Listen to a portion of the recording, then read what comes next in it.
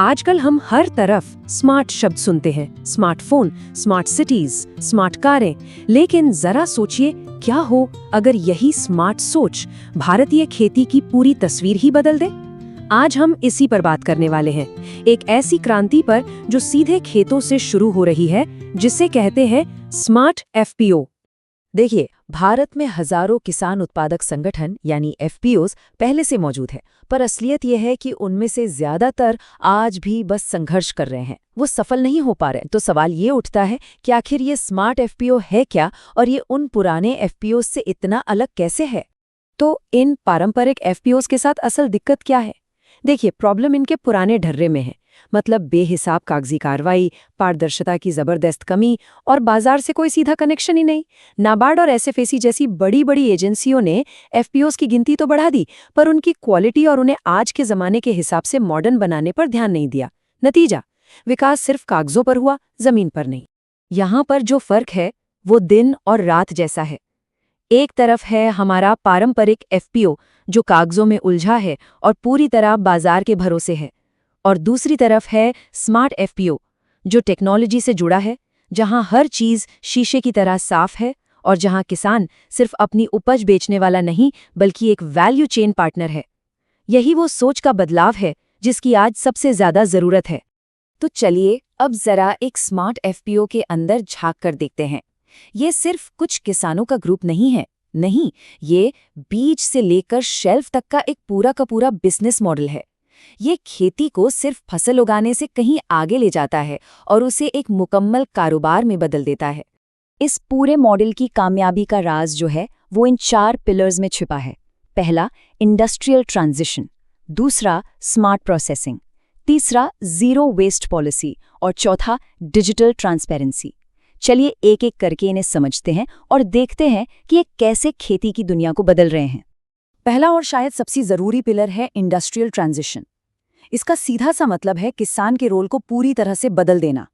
अब किसान सिर्फ कच्चा माल बेचकर घर नहीं चला जाता, बल्कि वो एक मजबूत वैल्यू चेन पार्टनर बन जाता है, मतलब वो पूरी प्रक्रिया में हिस्सेदार है। ये एक बहुत ही बुनियादी और शक्तिशाली बदलाव है। अब यहाँ पर टेक्नोलॉजी असली गेम चेंजर बनकर आती है। स्मार्ट प्रोसेसिंग में IQF यानी इंडिविजुअल क्विक फ्रीजिंग और प्रिसिजन डिहाइड्रेशन जैसी एडवांस्ड टेक्निक्स का इस्तेमाल होता है। इसका सीधा फायदा ये है कि प्रोडक्ट की ताजगी 12 महीनों तक यानी पूरे साल बनी रहती है, मतलब बर्बादी कम से कम और बाजार के मौके साल भर खुले। तीसरा पिलर है जीरो वेस्ट पॉलिसी, और सच कहूं तो ये कमाल का है।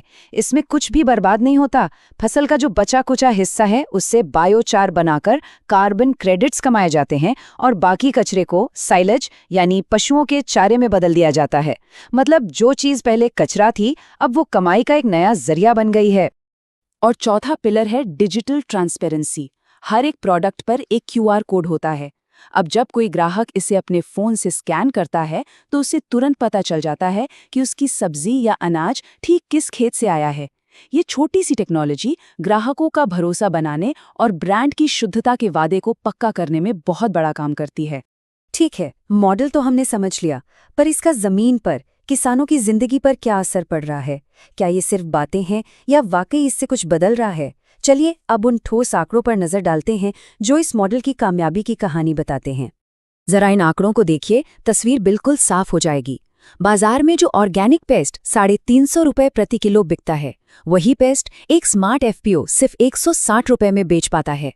और सबसे बड़ी बात यह है कि ग्राहक के लिए कीमत कम होने के बावजूद किसान का मुनाफा बढ़ता है।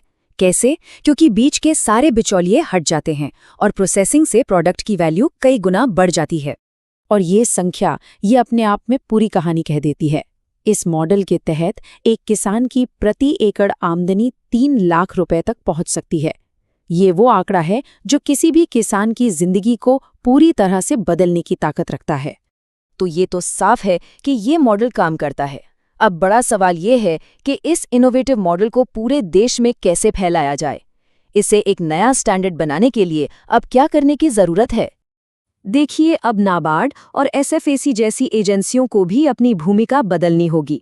अब तक उनका ज्यादातर ध्यान सिर्फ प्रशासनिक मदद और बेसिक ट्रेनिंग पर रहा है, लेकिन भविष्य के लिए उन्हें पुराने मॉडल्स को बढ़ाने के बजाय स्मार्ट इंफ्रास्ट्रक्चर और डिजिटल प्लेटफॉर्म में पैसा लगाने पर फोकस करना होगा। और जो सबसे बड़ा लक्ष्य है वो बिल्कुल स्पष्ट है।